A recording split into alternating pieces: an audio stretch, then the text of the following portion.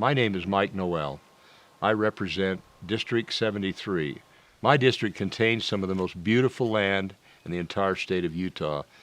On June 17th, a fire started in the Bryan Head area after a homeowner was trying to control the space around his home to protect his home from impending fires in that area. A wind came up and took the fire and moved it on to other private properties, and it burned 866 acres before a Type 3 team could get control of it. The second day, the fire was essentially out. Some back burns burned another 53 acres, and on the third day, 35 acres. Unfortunately, on the fourth day, another wind came up and spotted fires across the line into the Dixie National Forest. That day, it burned 1,807 acres, and the fire was off and running. The next day, it burned 8,195 acres, and the following day, 16,788 acres. The incident control manager said in 29 years of fighting fires, he had never seen a fire move so fast and burn so quickly and so hot, such that it could not be controlled or could not be fought head on. Why is that? It's because of the condition of our national forest. It's because of the fact that we haven't been able to log and timber and to control bark beetle kills in the forest. In the case of the Bryan Head fire, Friends of the Dixie, a subgroup of the Southern Utah Wilderness Alliance, sued to stop the harvesting of trees that were being killed by bark beetles. Had we been able to stop that, we think we could have controlled the bark beetle infestation that eventually took off and turned our beautiful green forest in Utah into gray forest. This film tells that story. During my time on the Dixie National Forest over 12 years, basically every decision I made was either appealed through the Forest Service appeals process, and if that didn't pan out in the favor of the environmental community, then it was litigated. And the environmental community, instead of being concerned about proper management of natural resources, became an industry based on conflict and contention.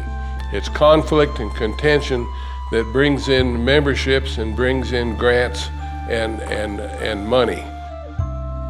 About 20 to 25 years ago, you had a lot of these radical environmentalists that had a movement that we were not managing things correctly, so they started closing roads, they started getting rid of grazing in a lot of areas, they shut down, there was a sawmill here that employed 400 people.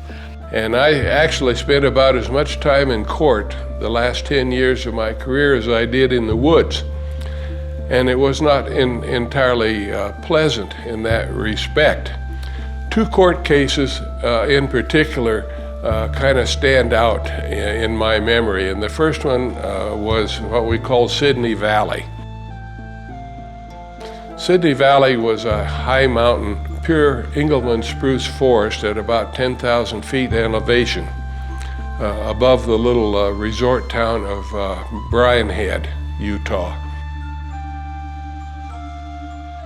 In about 1994, my foresters found a small enclave of spruce bark beetle, about 5 acres worth, maybe 20 trees, in the middle of this spruce stand. We immediately prepared an environmental analysis report and got it approved. We were immediately appealed. The EIS always is litigated by these special interest groups.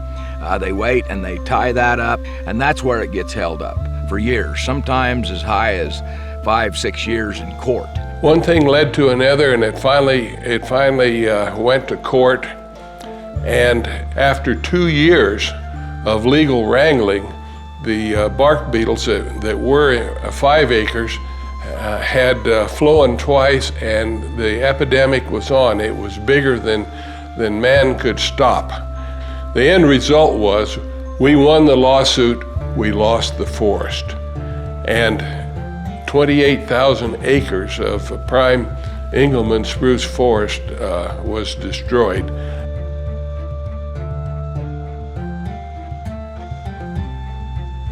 In the late 80s and 90s, we had these nice big stands of spruce on the district, and they were old, 250, 300-year-old trees. They were thick, close together, and they were just ripe for a beetle attack. When you get an infestation of beetles, we know what to do. Our foresters and our entomologists know exactly what we need to do. And that is get in there with a logging operation as quickly as you can to get the trees that have the beetles in them out of the woods, and then thin out the stand so that it's not as susceptible to beetle attack. When the Forest Service offered some timber sales to help control the infestation, they were met with objections from Friends of Dixie, as a matter of fact, and the timber sale went away. And then it progressively got worse and worse over the years till all the mills have closed up, gone away. The Friends of the Dixie did not like any logging.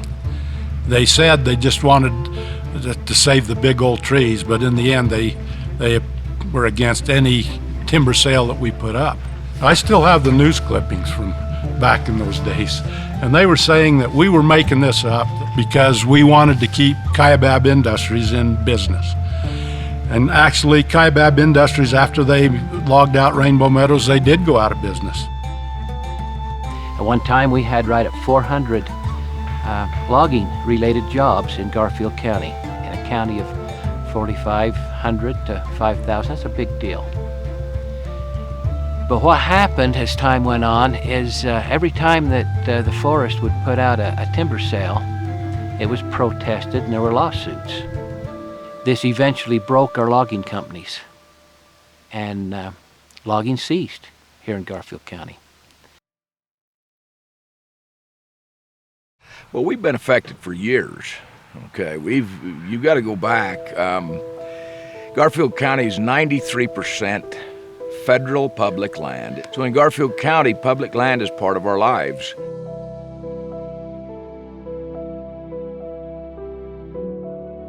The Panguitch Lake, which is Paiute for big fish, has always just been loaded with trout.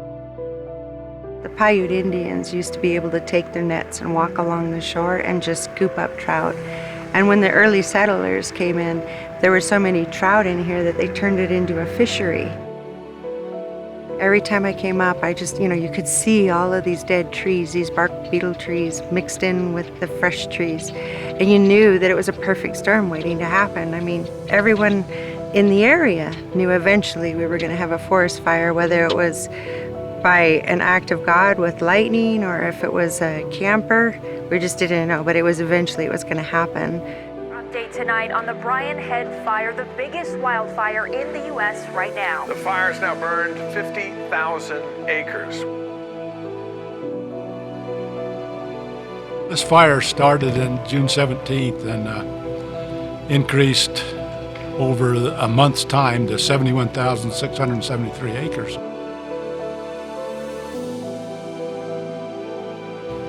We have brought in 3 incident management teams to manage this fire, and they brought in over 1,800 people, and it has cost $35,200,000 right today, but by the time all the costs come in, it'll be close to $36 million. We went to our cabin on the 21st, and that evening we had a knock on the door from a fellow cabin owner telling us that the fire from Brian Head was now about 6 miles away. I didn't want to leave because of my concern of how the fire was building around us, because the top of that mountain ridge was red and glowing. The top of that mountain ridge was red and glowing. And I sat in a lawn chair and I watched a line of fire from the water all the way to the top of that mountain ridge burning across the mountainside. The incident commander said he'd never seen the fire act like that and run like that in his career, in his 29 years of fighting fire. The power of the fire was just overwhelming and frightening. I mean, We just all stood and watched what was happening around us, and you could see flames flash up. It was frightening.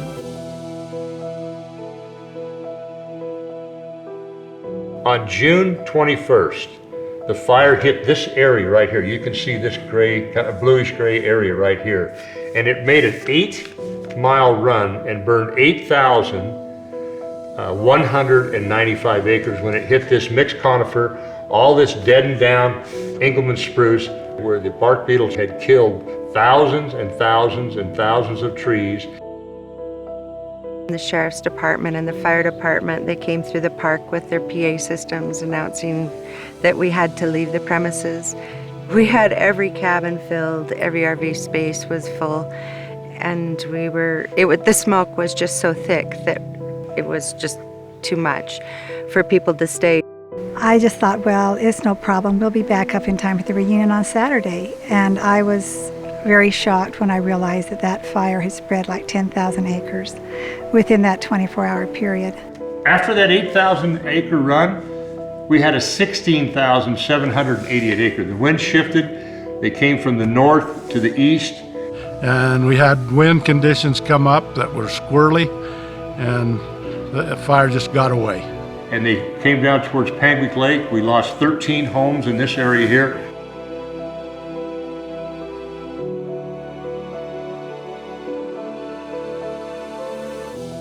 We were out 11 days. All of my staff were unemployed, and every one of us were sitting there day by day waiting for the notice that we could get back in. Only thing you can do is evacuate, which we did, and you're helpless. This fire was catastrophic in a lot of ways. This fire is not done with us yet. This is going to be the gift that keeps on giving. We just don't know what scale that's going to be. As a result of all that and the catastrophic fire, now we have no drinking water here coming out of our springs, out of the watershed on the forest. We have to pump it out of a well and fill storage tanks. This fire was devastating to our fawn crop. Around Panguitch Lake is a fawning habitat for the mule deer. As you drive around the lake, you still see the adult does, but you see very, very few fawns.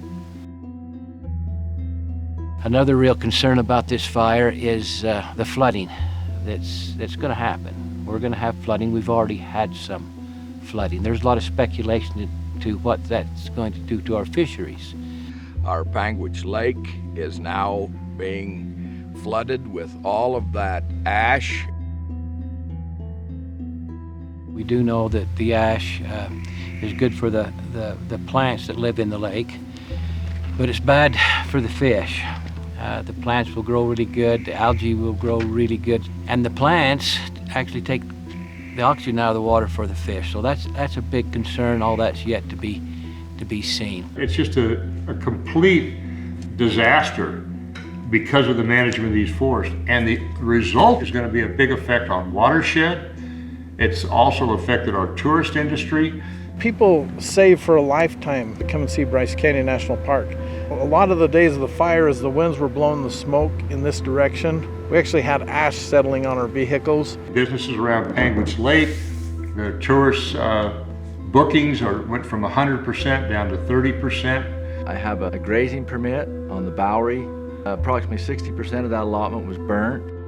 There are a lot of sportsmen around here that have lost a lot of hunting acreage, fishing areas that have been lost.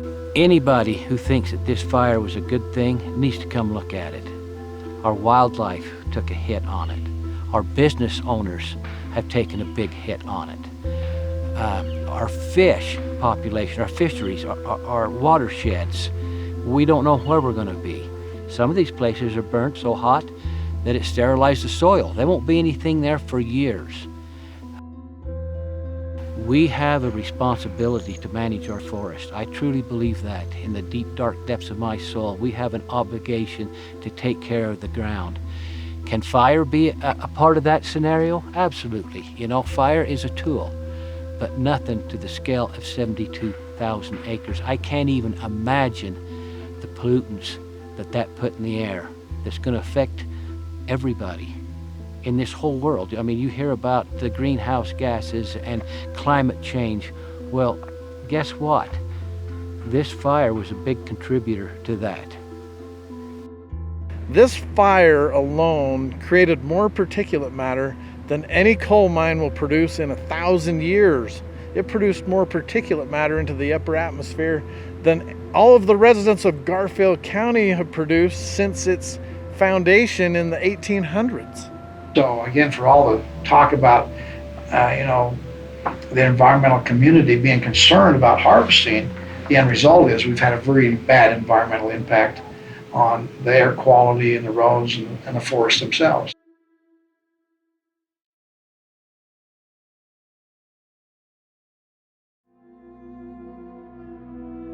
I think that the biggest crime is that everyone could see that it was a perfect firestorm. Everyone knew it. The Forest Service knew it was inevitable. Everyone talked about it, that it was going to happen, and yet no one could do a thing to stop it. That was the part that was tragic in all of this. When I look at this area and you look at its stocking levels based on what's in that forest, the forest type, and that spruce fir and the rest of it, I could say this has been at risk for about 40 years. It's been known since the 1980s, and this needed some treatment in order to be able to reduce that risk as such. I started seeing those large, catastrophic, really huge fires come in existence in mid-1990s. A healthy forest is about 40 to 50 trees per acre. I would say in the dark hollow area, which is one of the main areas of our allotment, there's probably 400 or 500 trees per acre. So it was a very unhealthy situation because no treatments had ever been done, no logging had been done, no thinning, no controlled burns. And so the forest was just allowed to grow out of control. The conditions were just right for a big fire.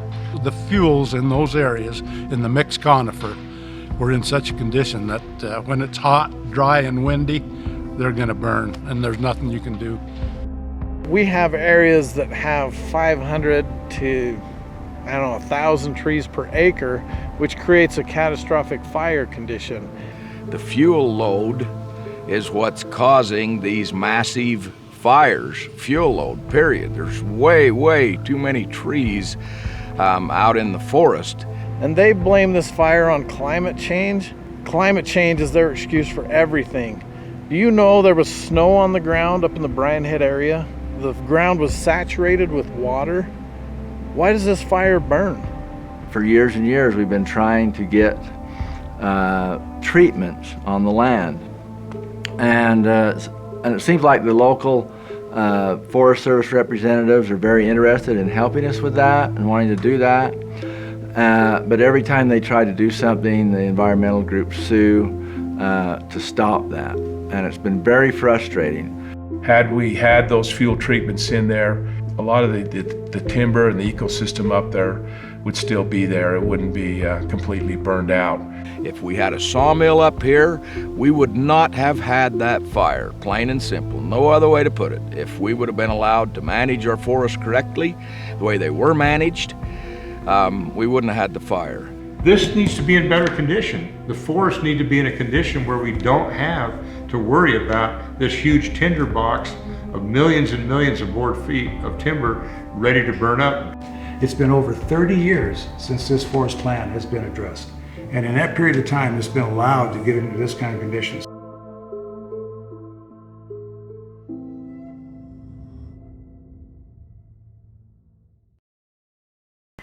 The extent of the fire is, in my opinion, from years of mismanagement.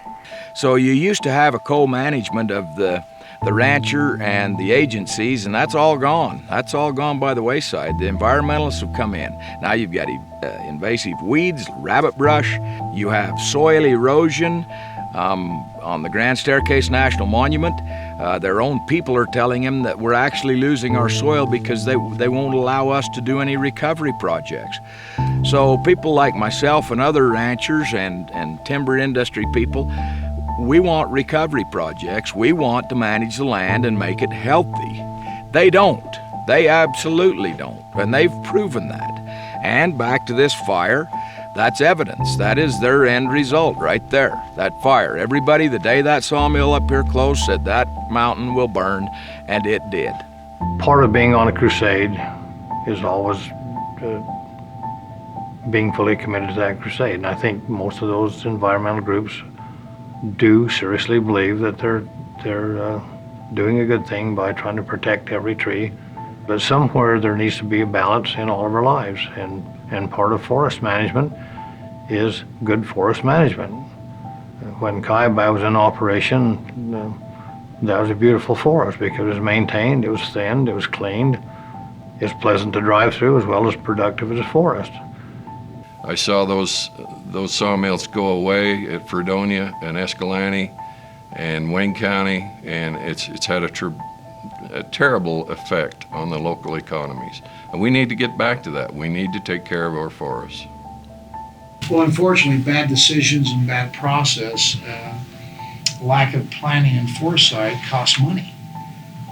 And it's going to cost the taxpayers money, whether it's $40 million and we call it federal responsibility, it still comes out of all of our wallets and our pockets. This is $40 million that we're spending in suppression, that if we'd spent $20 million on managing the forest, we could have saved $20 million and had a better, more healthy forest and not have had the loss of structures and the inconvenience and the impact on our air quality and environmental issues. We need to have a change of attitude. We need to start managing our forests. It's not like we don't need these renewable natural resources. We need to manage our forest and take care of it, or these catastrophic fires are going to continue. Here in Garfield County alone, we have several 100,000 acres that are still in the same condition that this forest was before it burnt. We could do this all over again, and we probably will unless there's some changes. We need to wake up. We need to manage our forest. This is not an anomaly. This could happen again. There's beetle-killed timber all over the Dixie, all the way through Garfield County to Escalante and Boulder, on over the mountain into Wayne County on the Dixie. The Fish Lake Forest is the same way. The Manti-La Salle Forest is the same way. The Uinta National Forest is the same way up in the Uinta Basin on the Uinta Mountains. And so we got a statewide problem. Not only is it a statewide problem, but it's a nation problem, a national problem. All of the western states that have national forests have got the same thing, beetle-killed timber, and you can go anywhere. That was the problem in Yellowstone when we had the Yellowstone fire. It was all beetle kill. So, we can either burn it or we can cut it down and use it. I honestly thought if this fire goes over on the other side of the mountain, there's no stopping it because of the amount of trees that stand there that are dead. I know there's no magic formula, but you can't expect different results by doing the same thing. People are tired. They want change. They're tired of these catastrophic fires. They're tired of their favorite road being closed. The ranchers are tired of being tormented and harassed and kicked off the range by radical environmentalists. The whole thing is really duplicating itself across our state because of the lack of the ability to get in and harvest these trees. This forest behind me hasn't been taken care of, and it's not healthy. And you get the conditions that we had, and we're going to have again. And this could go up just like the last 72,000 acres did. And so going forward, what can we do to learn from this? I think anytime we have a catastrophic event like this, that we need to learn from it. My feel is that we need to do more on the prevention side and understand and learn from the mistake here and move forward in trying to develop policies that will prevent these types of catastrophes from happening in other areas of the state and other areas of the forest throughout the West. The concern I've got, Representative Noel, is that I'm not sure there's been enough being done on the prevention side, the management of the forest side. I think that we've managed them, in fact, poorly. We learn from the successes as well as we learn from the failures. This is a learning exercise. We would be foolish to not take advantage of the learning experience here and make a change. I think, first of all, it's good for the average person to know we don't need to wring our hands. We know how to manage our rangelands and our forests. We know how to do it. We believe in hands-on management. We believe that we should be active participants in the ecosystem. We have very smart people that know where to do controlled burns. They know how to do controlled burns. We know how to do logging. We know how to do restoration work. We can do chainings and reseedings in key places so that streams stay healthy, that aquifers have the water that they need. That last point is that it's not just the trees and the habitat that's there, but for us, where water is king, you know, the second driest state in America, our watersheds and the protection of our water is absolutely critical. And so if we don't manage the forest, we're going to end up having a problem with water. We just need to take this as a learning experience and double our efforts and do more.